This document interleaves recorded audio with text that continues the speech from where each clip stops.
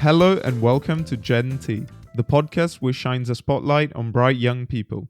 Today with us we have Arthur Zargarayan. He's a King's College and Imperial College graduate, entrepreneur in residence at Avizon Young, and co-founder at Deepfinity. Deepfinity is a startup making IoT and machine learning technologies for the property management industry. How are you doing today, Arthur? I'm well, thank you. How are you? I'm all right. Yeah, it's a good day. It's actually fairly sunny here in London. Where are you dialing in from? I'm London as well. Great. Whereabouts in London? So we have got a little home office set up when we don't want to go into the actual office from Camden. Fair enough. So yeah, from the house. That's where the nice setup is. Nice. So yeah, I'm down in South Ken, but yeah, fairly close in central London, both of us. Nice. I So used to live in that area actually. well, great. I guess during your time at Imperial. Exactly. Yeah. Fair enough. So before diving deep into what you're getting up to at Deepfinity and Parcel Tracker, I would like to talk a bit about your background. So hmm let's start with where you're from, what type of schools you went to, and then we'll get on to university and all the projects. All right? Yeah. Definitely. Um, I grew up in Switzerland. I was born in Armenia. Grew up in Switzerland, so I'm Armenian.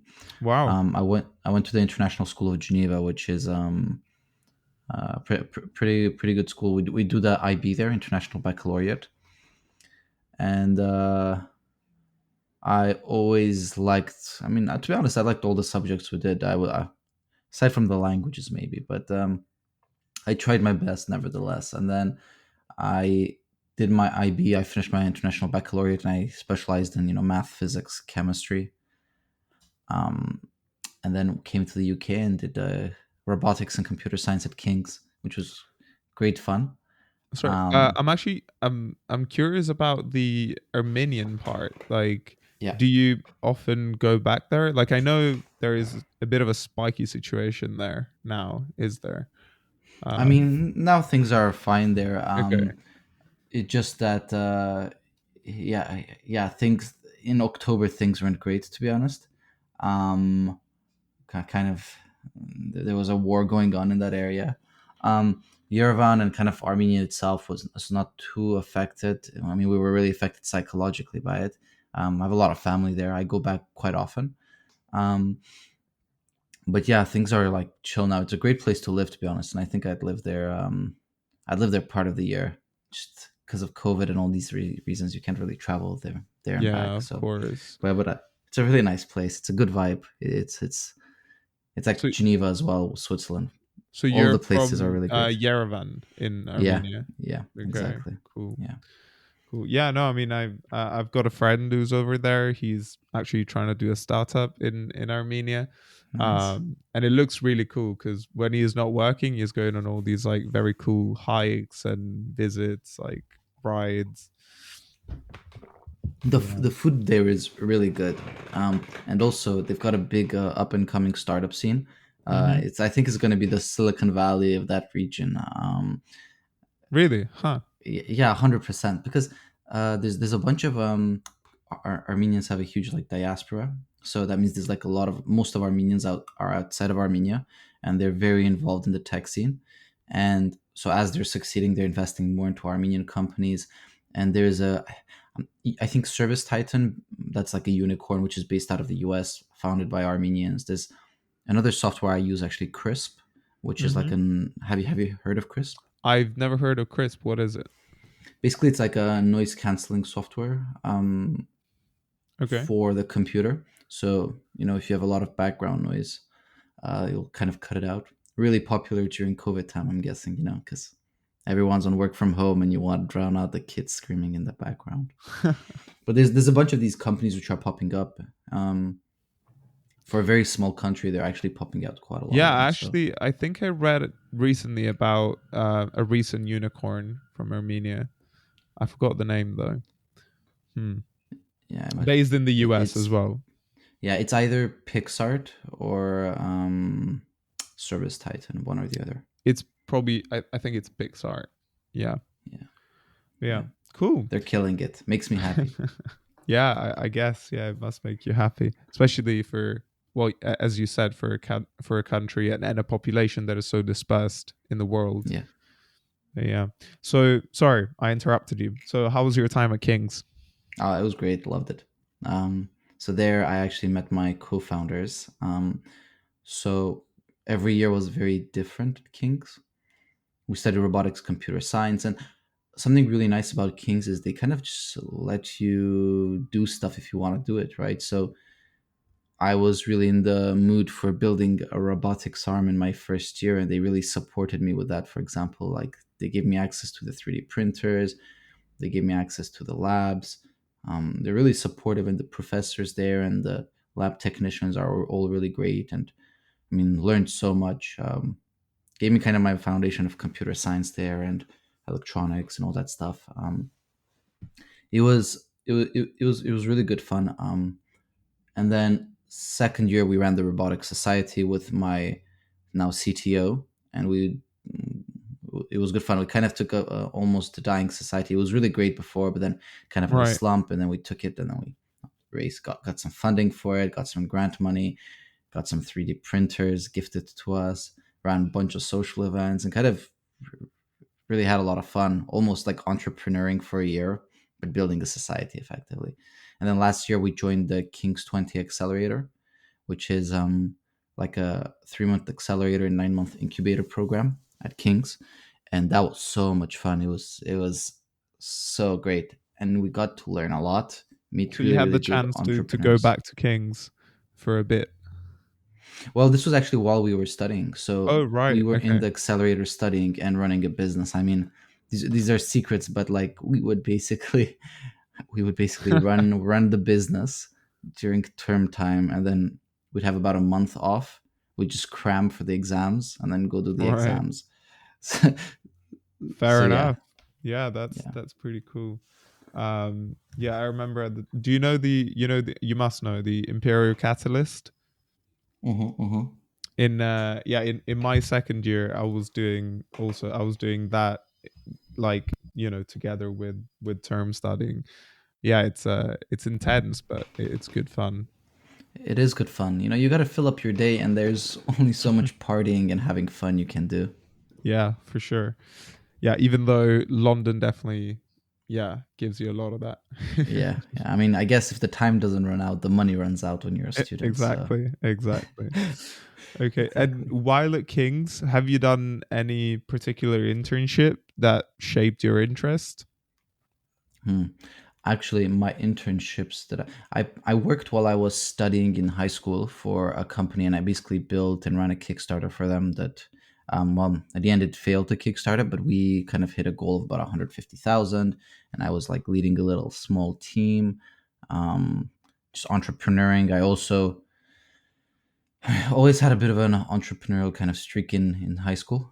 Um, I remember we made like a journal and we sold it, and then in my first year of Kings we built a company called IB Survivors. It was like a website Uh huh. which basically offered ebooks and like guides on how to do well in the international baccalaureate. And then we sold that at the end of the year to like a tutoring company. And then kind of that money was what we used to build Deepfinity um, at the start. And that IB Survivors was really good. It was actually I built it with another friend of mine who was at Berkeley at the time, and I mean the two of us worked really well together. And I mean I chat to him all the time. Like we went to high school, we always ideate. He's working on his own stuff now. I'm working on my own stuff. But I think one day our paths will join again. So Shkar, if you hear this, we got to do something together one day again. Um, Brilliant. but uh, but it was awesome. It was a great experience. So kind of always loved doing my own projects, be it building stuff, be it building companies. Yeah. But when I was at King's, actually, I didn't do any internships. I had gotten an internship at a robotics lab, but that kind of fell through. So I just kind of built Deepfinity instead. Fair enough. Yeah, you were getting busy anyway. And I'm curious. So you've done this undergrad at King's, computer science and robotics.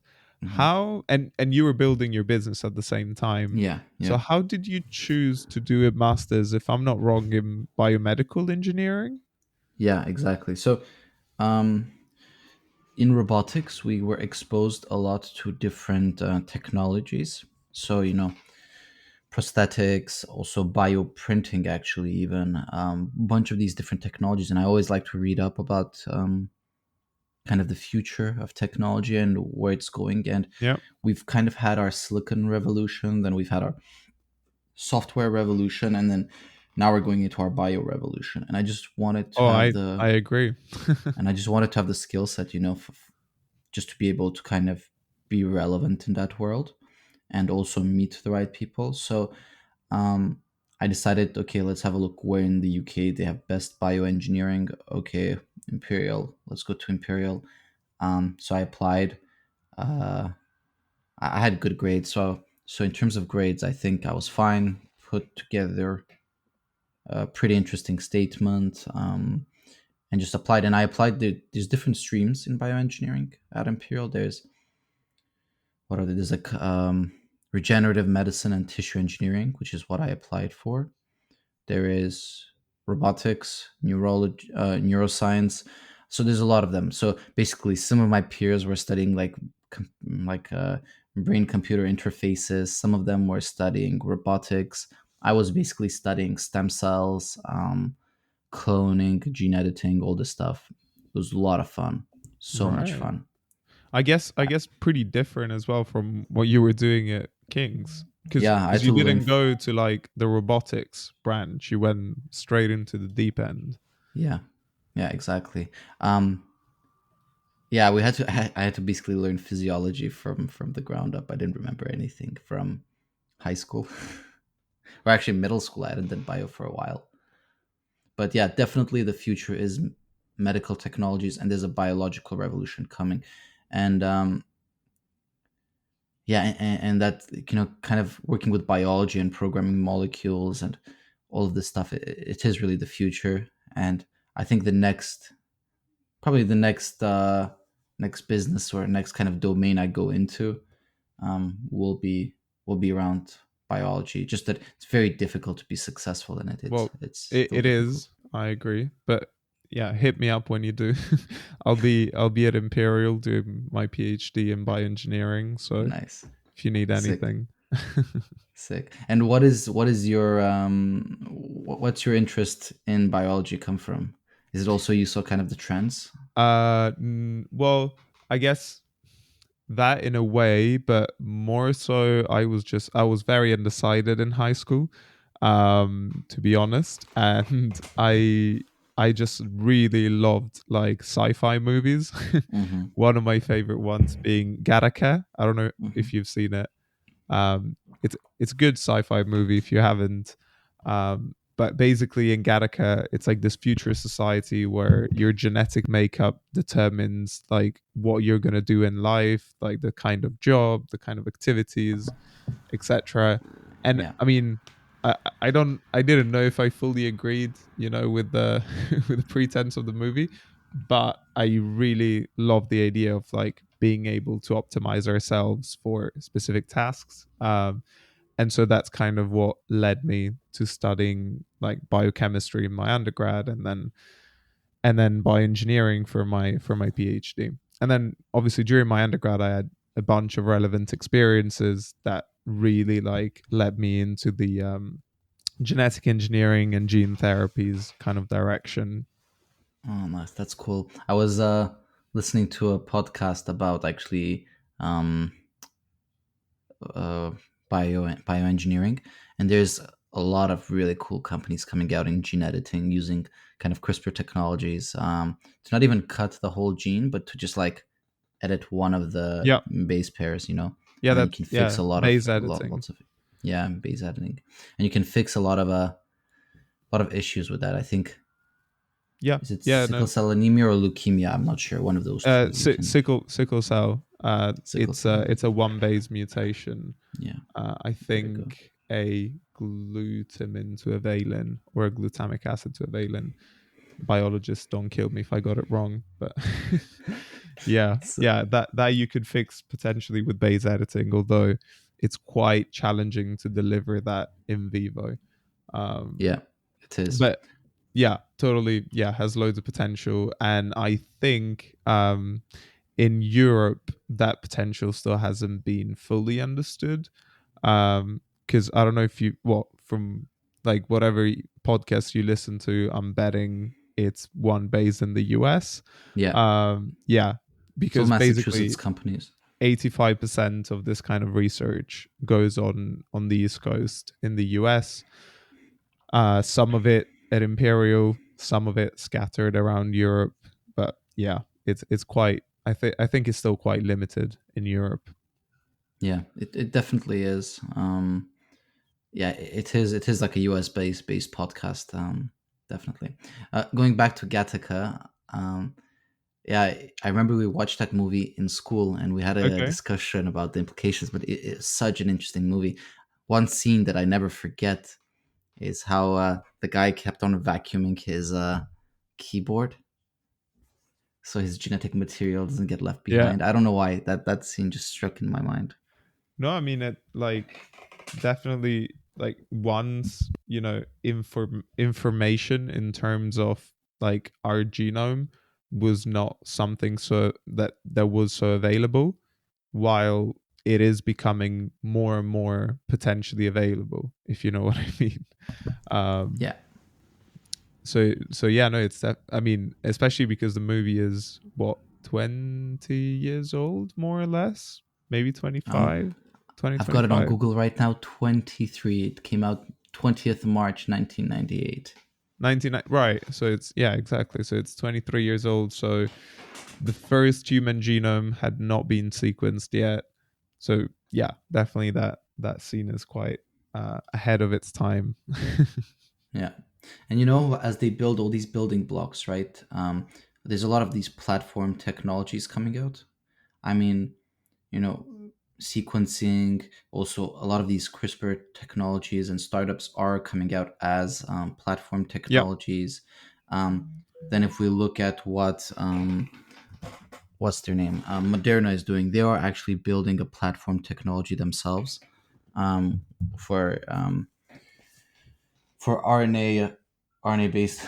To be honest, I don't know what the platform is going to do exactly, but it's going to enable people to create RNA vaccines, to test out different vaccines. And as you build these building blocks, you really are opening up the industry and opening it up to startups. It's kind of what happened with, the software industry, No, right? yeah, totally. I mean, You had I've worked AWS. on something similar during one of my internships, and I can definitely tell you that the direction is towards platform technologies in that sense.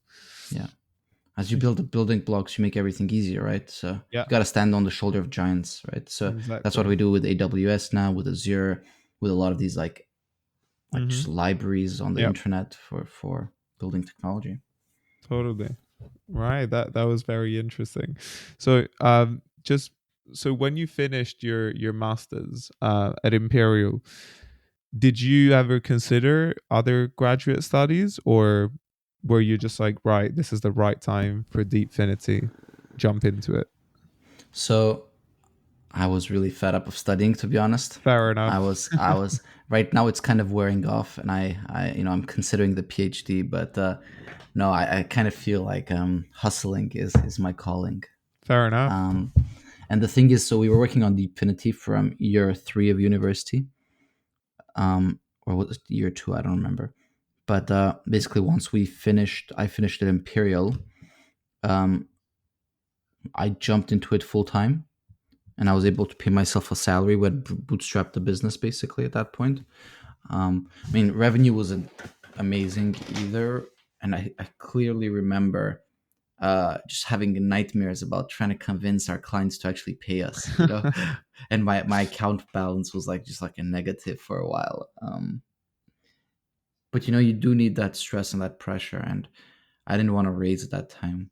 And I was the only one full time on the business at the time because my Right. co-founders were working full time for was it Babylon and tandem bank. So they're doing a good job. They were managing it. They were basically working two full-time jobs. Right. Damn. And your co-founders are still your friends from Kings, right? Yeah, yeah, they are. I actually live with one of them now. Cool. Right.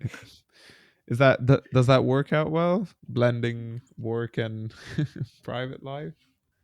To be honest, we spent so much time together. Like, I remember we were out for dinner the other day, and we are like, "Mate, we got nothing to talk about."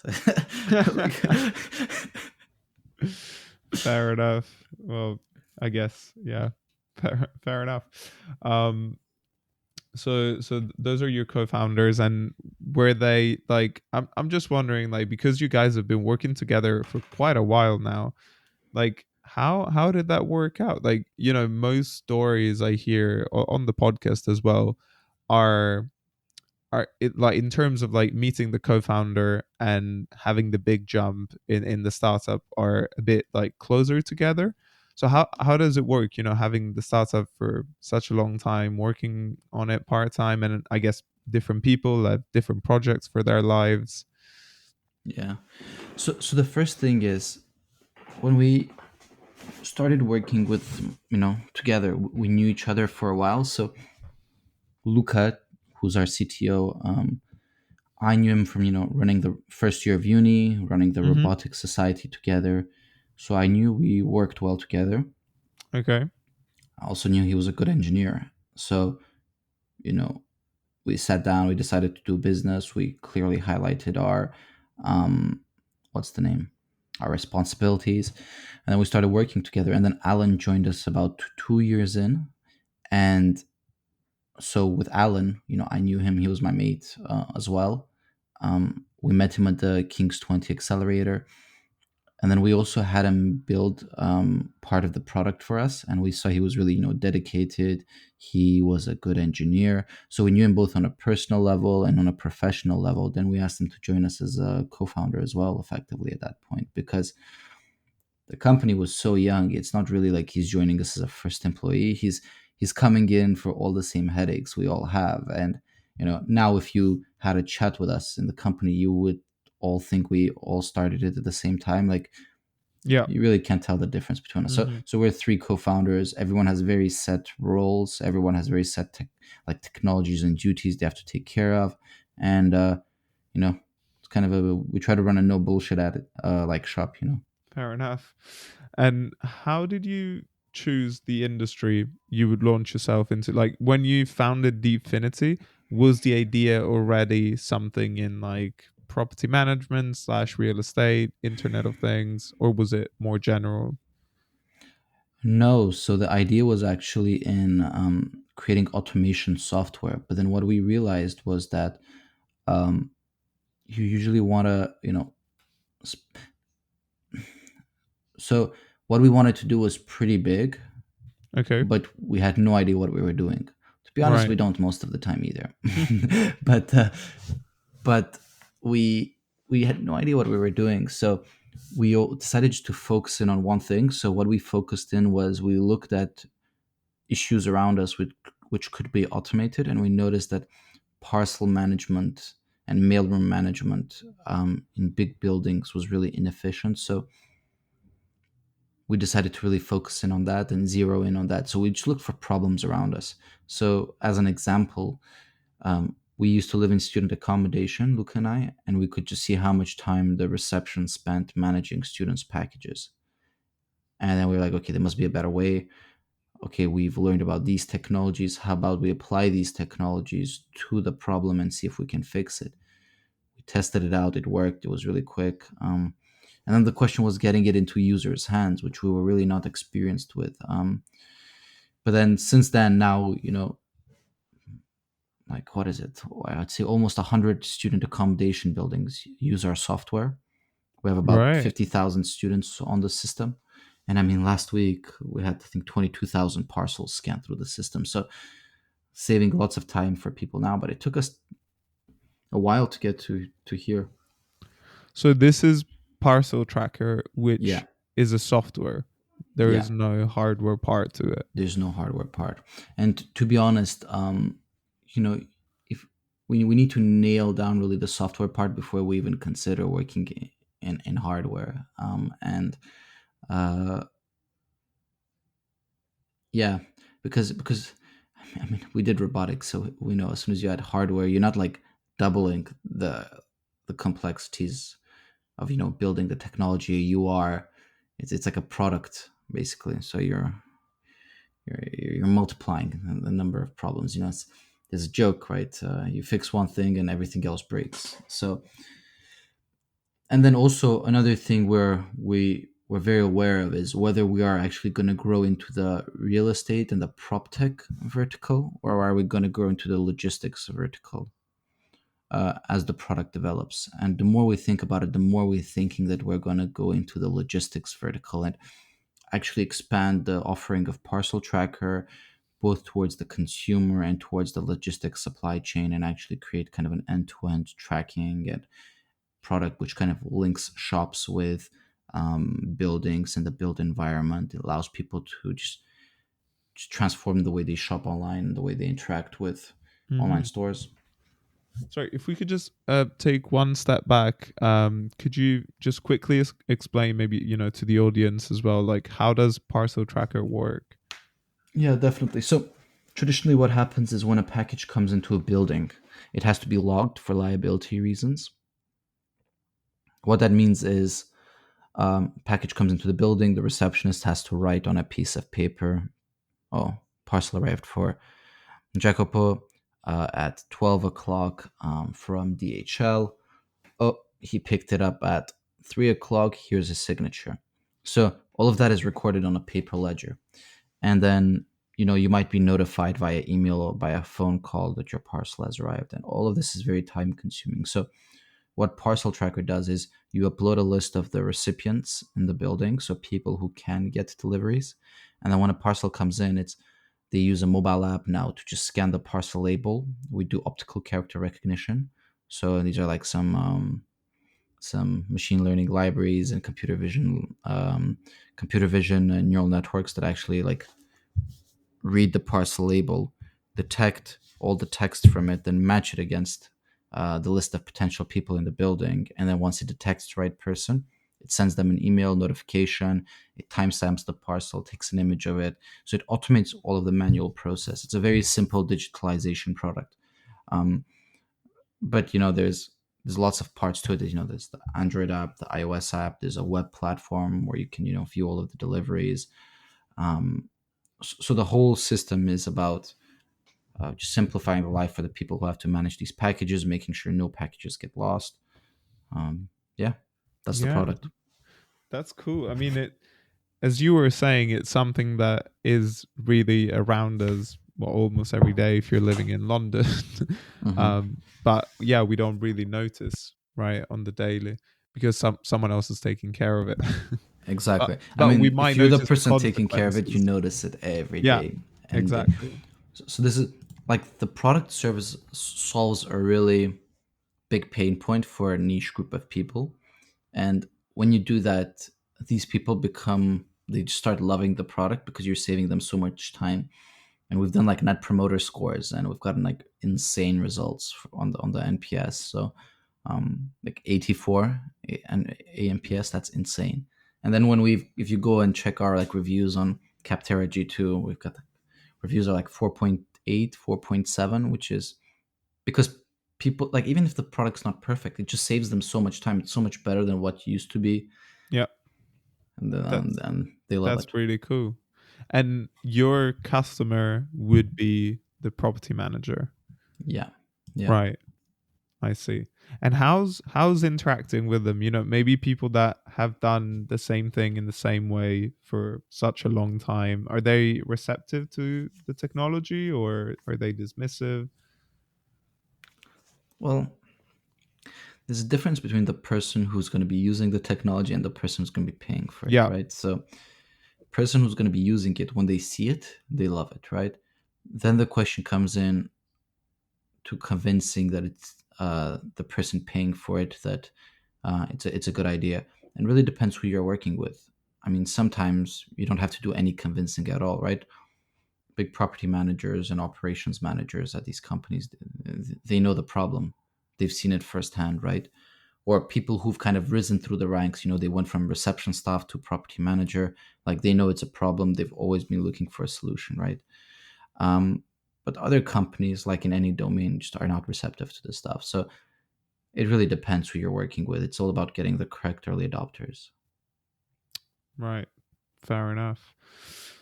Um, and how do you sell Parcel Tracker? Is it like a thing that like you sell them being able to download and use the app, or is it more like a subscription? Yeah, it's SaaS model for parcel tracker. Okay. Right. Um, and do you plan to, expand it to perhaps, I don't even know, mail rooms in, I don't know, factories or commercial buildings? Yeah, we have a lot of different asset classes actually using us now. So, Okay. we've had like theme parks sign up to the system, use Right. it.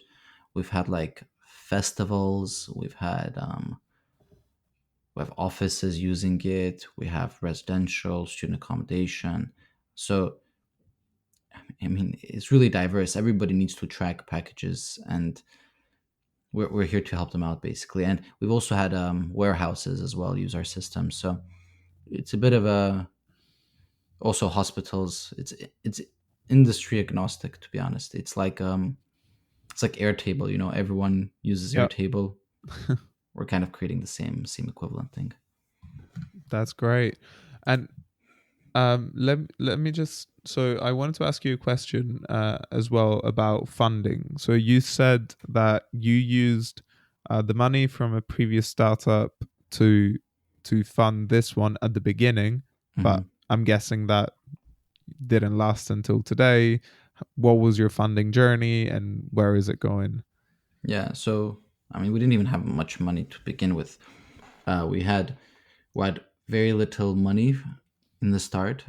So we're more in a bootstrap mentality. Then we got a bit of grant funding from King's College from competitions we won, and then we really focused on revenue and growing the revenue in the company. And then after that, we raised like a very very small amount of money from two angel investors, almost a bit of a bridge because we were aiming to do a full kind of pre-seed round. So COVID hit, we weren't really able to do that. The angels kind of panicked a bit at that time. So these three angels basically, they gave us a bit of bridge funding, and then we raised a proper round 6 months after, um, with with another group of angels and our original angel investors. And then basically that money has been keeping us going till about now. And because we're revenue generating and revenue is increasing, it actually will last us quite a bit of time. Right. Okay. So do you not plan to, raise a further round soon? No, it's not on my mind right now, to be honest. The thing is, as soon as I get into fundraising mode, it's going to take 4 months from the Right. moment I start to the moment I end, and it just like it's better to spend that 4 months, in my opinion, right now, concentrating on improving the product, growing the distribution channels, improving sales, really focusing on the core business rather than convincing angels or Yeah. VCs to give us money. Fair enough.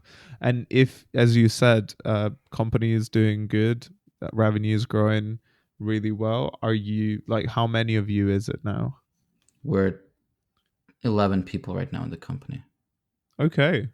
Wow. Yeah. Okay. And how many full time?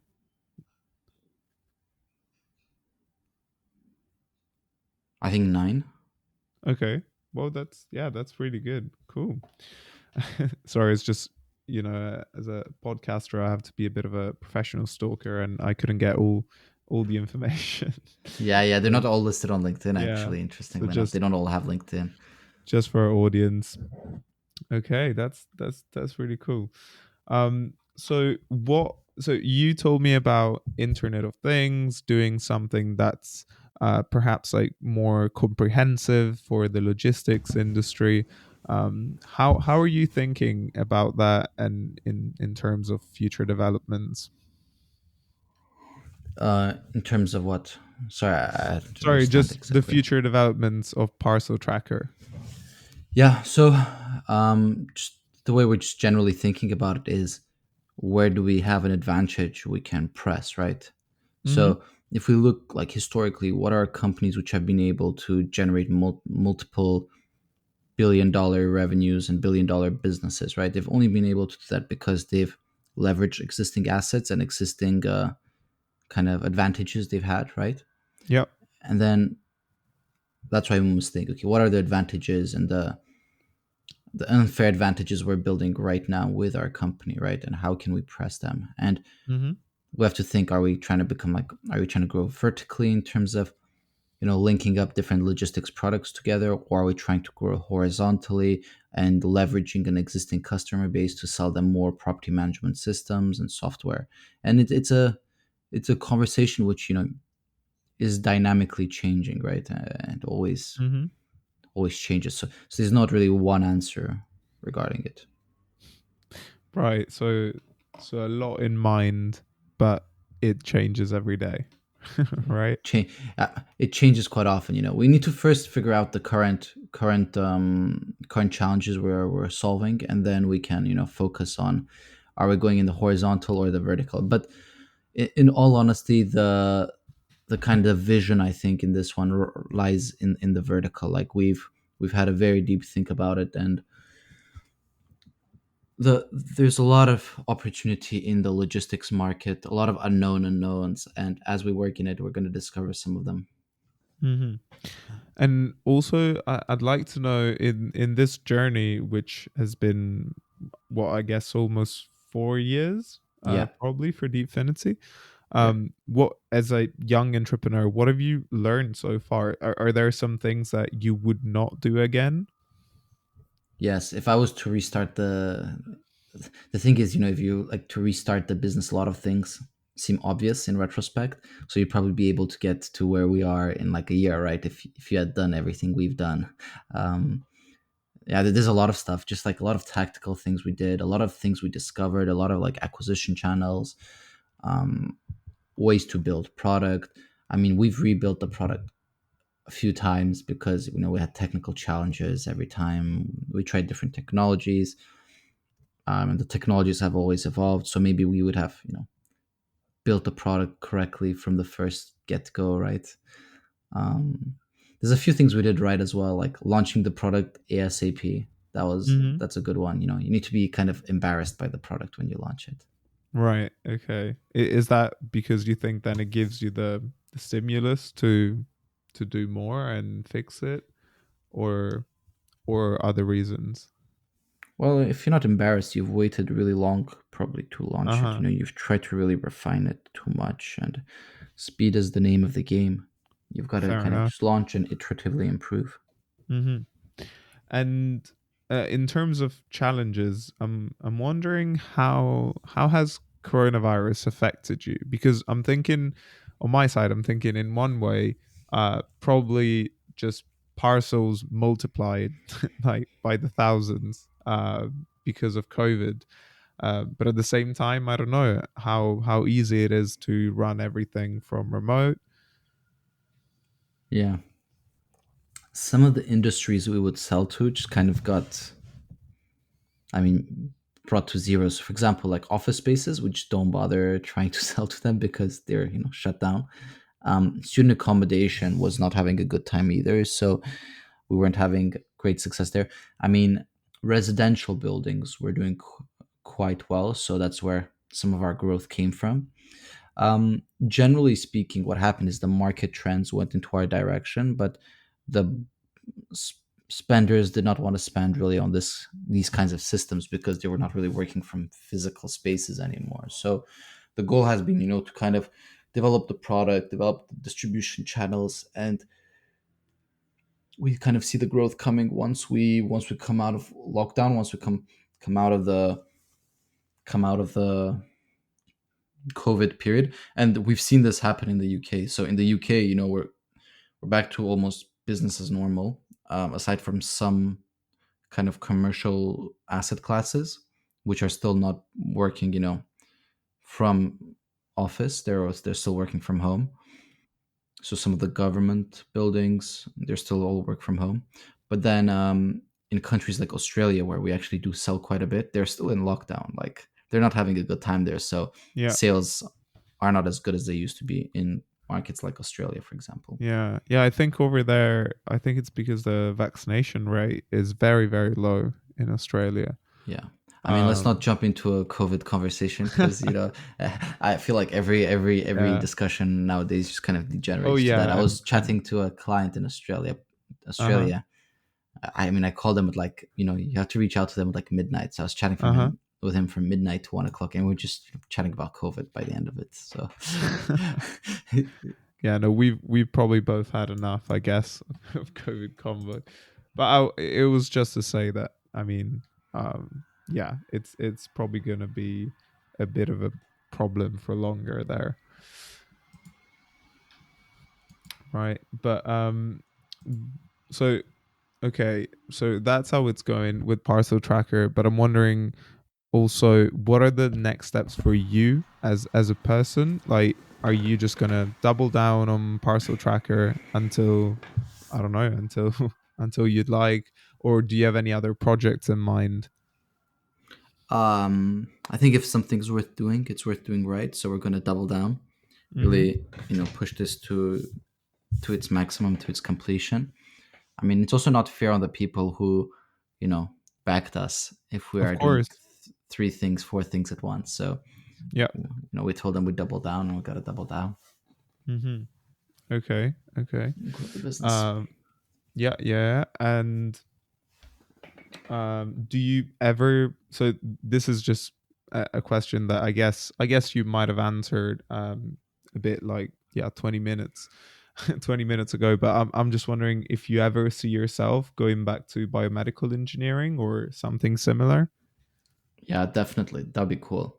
Um, I was a bit reluctant, doing a bioengineering startup, at 2021 because you need a lot of money to make them work.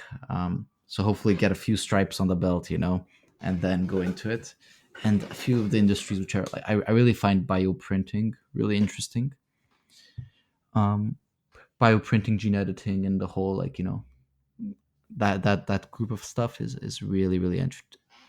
entertaining and interesting and just cool stuff, to be honest. Yeah, and I Feels like think the future. coming from a space of, machine learning, perhaps Internet of Things, it will be really cool to see the intersections with biotech.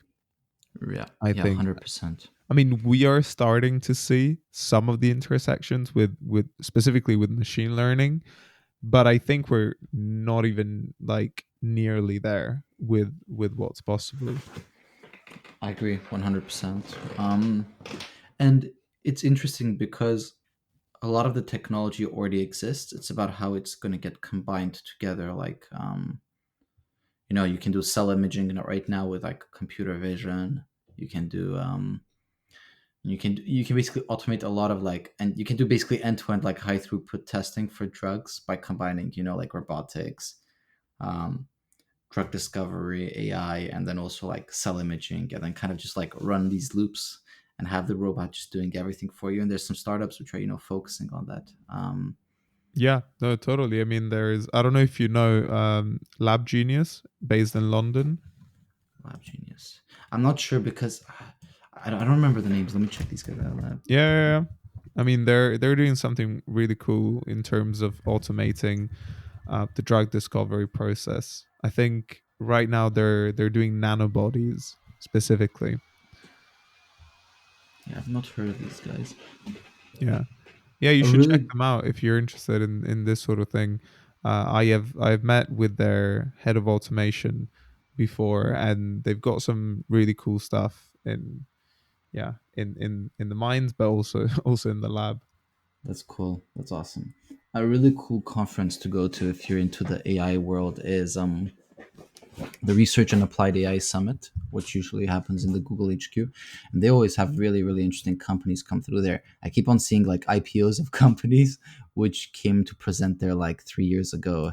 Like they're really good at picking these companies, and they present on a very technical level. And there's like last time I went, there was a lot of like in the start there was not many bio companies, and then towards the last few I went to, there's a lot of biotech companies which are like using AI to Yeah. enable their research.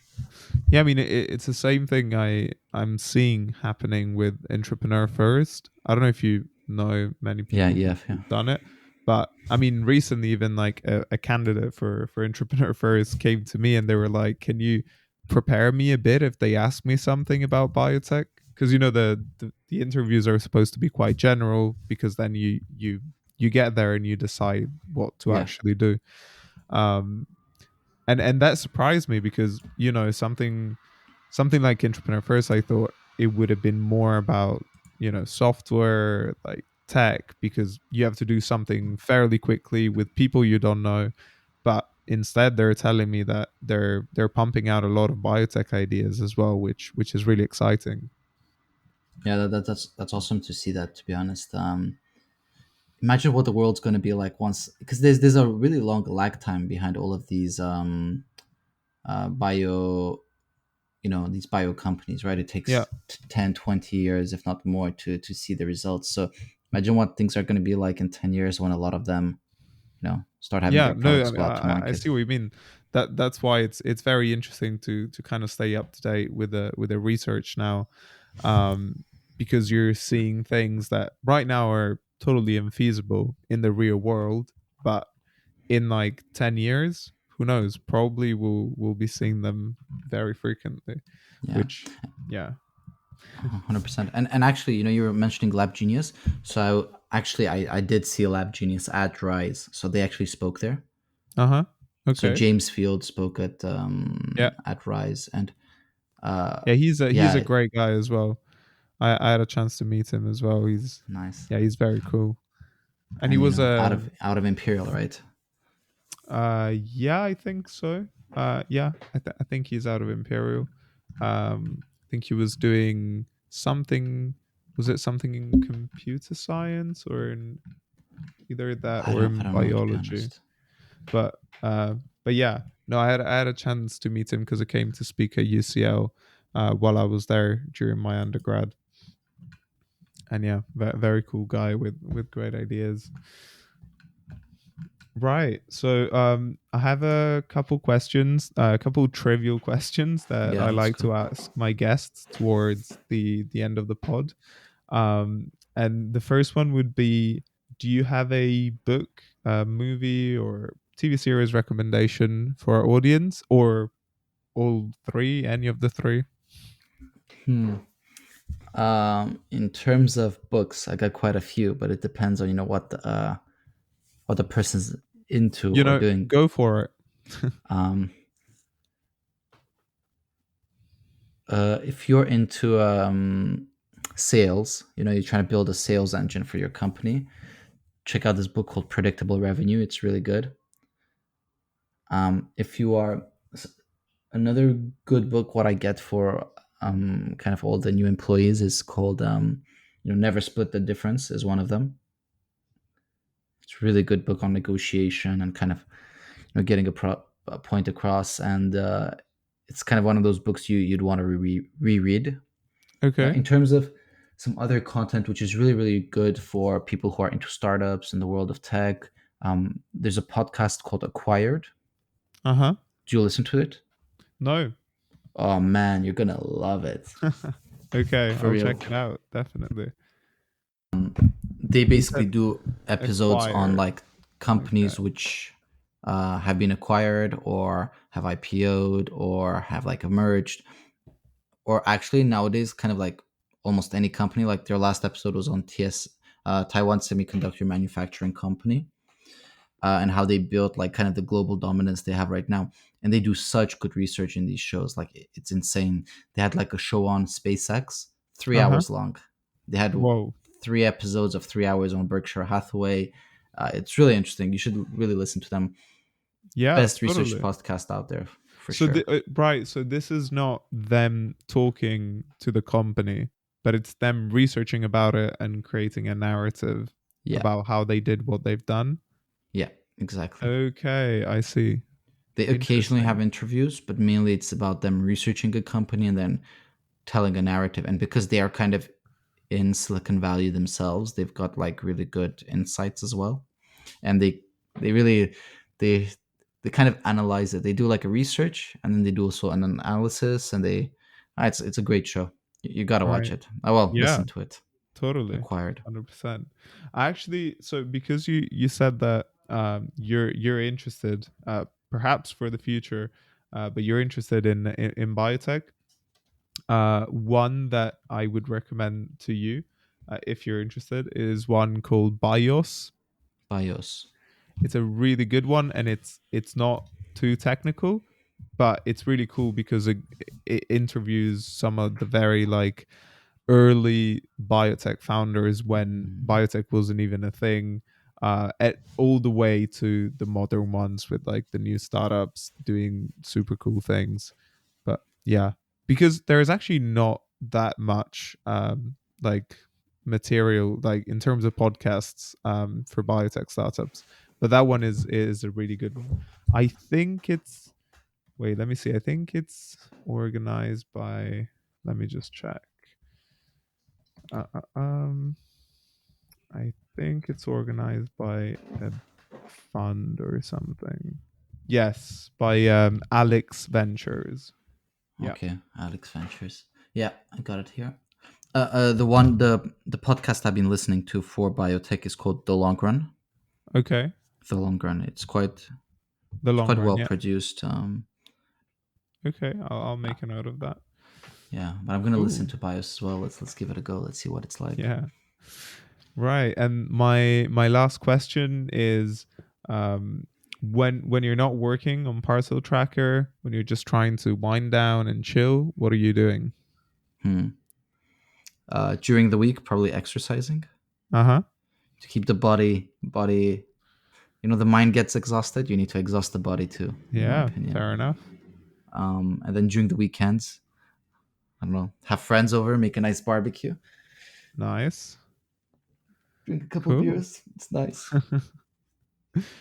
Right. But Very to be cool. honest, most of the time, like any founder will say, it's wake up, work, eat, Yeah. exercise, go to sleep. Right, Arthur. Thank you so much for coming on the podcast. It's been an absolute pleasure chatting with you. Thank you. And yeah, hopefully maybe see you one day. Yeah, hopefully. I mean, we do live in the same city. Yeah. Awesome. It was a pleasure. Thanks a lot. And that's a wrap for this week. This is Jacopo, your host. Thank you so much for listening to this episode of Gen T. You can follow our podcast on Spotify, Apple Music, or you can reach out on our social media channels. See you next Tuesday.